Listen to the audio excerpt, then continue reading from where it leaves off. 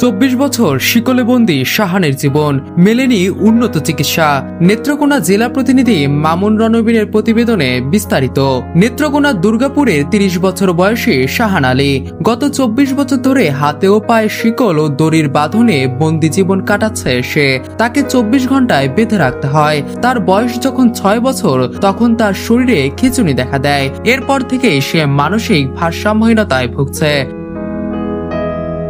শাহান দুর্গাপুর উপজেলার চণ্ডীগড় ইউনিয়নের 2 নং ওয়ার্ডের থাপনারগাতি গ্রামের কৃষক আব্দুল মজিদ মিয়ার ছেলে।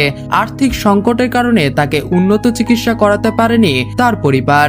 দিনের বেলায় খোলা আকাশের নিচে গাছের সঙ্গে ও ঘরের ভিতর খুঁটির সঙ্গে হাতে ও পায়ে শিকল ও দড়ি দিয়ে তাকে বেঁধে রাখা হয়। সেখানেই চলে তার খাওয়া দাওয়া আর প্রস্রাব পায়খানা।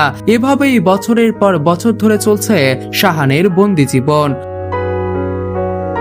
সরজমিনে গিয়ে দেখা যায় ঘরের ভিতর দড়ি দিয়ে বেঁধে রাখা হয়েছে মানসিক ভারসাম্যহীন শাহানকে। তাকে সারাদিন ও রাতে এভাবে বেঁধে রাখতে হয় বলে জানান বাবা আব্দুল মজিদ আলী।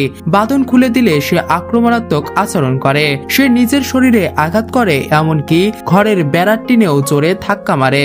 স্থানীয়রা বলছেন উন্নত চিকিৎসা পেলে হয়তো শাহান আলী শিকলমুক্ত জীবনে ফিরতে পারবে। তারা বলেন শাহান আলীর এই মানবেতর জীবনের অবসান হোক, শিকলমুক্ত হোক তার জীবন।